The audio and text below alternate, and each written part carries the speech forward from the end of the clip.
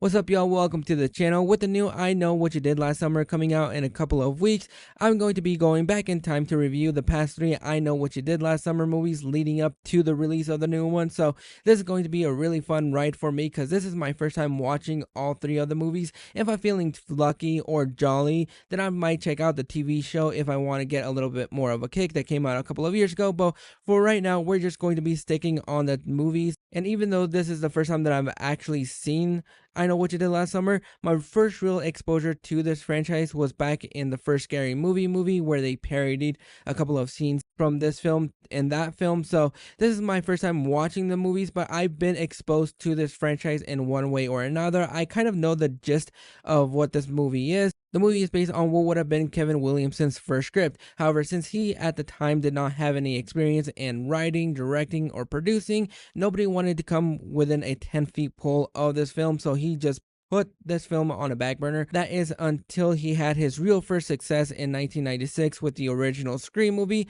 Once that became a bona fide and a surprisingly big hit, then studios came in and wanted to buy I Know What You Did Last Summer and gave him his second slasher hit. The movie follows a couple of friends who, after a night of celebrating and drinking, accidentally hit and kill a man who was walking in the middle of the road late one night. They dump his body in the lake thinking that the worst is over. Then a year later, Julie, played by Jennifer Love Hewitt, gets a note claiming that somebody knows what they did last summer, thus beginning a new murder mystery whodunit style slasher, as the friends begin to be picked off one by one. Tonally and thematically, this movie is a sizable shift from the original Scream movie, where Scream is more of the meta commentary on the horror genre at that time. I Know What You Did Last Summer is more of the straightforward slasher film. And when you look at the cast of this movie, you have Sarah Michelle Gellar, Jennifer Love Hewitt, Freddie Prinze Jr., and Ryan Phillippe. This is the essential 90s cast. You could probably not cast this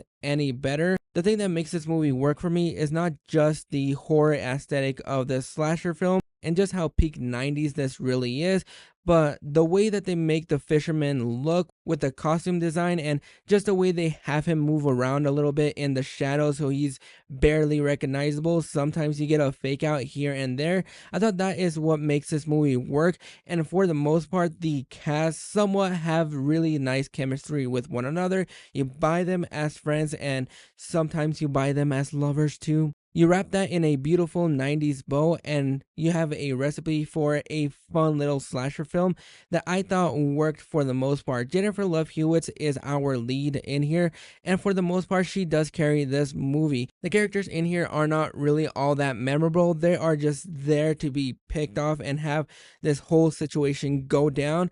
But the one thing that really is memorable about the cast in here is the way Freddie Prinze Jr. was kind of directed and written. Even though he doesn't have a lot of screen time in this movie, they do make him out as the red herring of the group so that whenever the killings go down, he's not really around. And the way that he was directed, I thought was really funny because even though they do clearly make him out as the red herring, his eyes are so wide. Whenever he has a line coming out, he's just, I have no idea what you're talking about. I have been working here the whole time. I'm not sure why he was directed that way. I think it was maybe a little bit of a mixture of him and the director kind of trying to figure out how to make this character come across, and really that is one of the most memorable things about this movie. It kind of feels like Freddy was doing blow in his trailer 5 seconds before he was supposed to be on set, and he just had these wide-eyed expressions, and I get why they were trying to do that is because they wanted to keep him as a red herring. I kind of wish they kept that but kind of directed him a little bit more and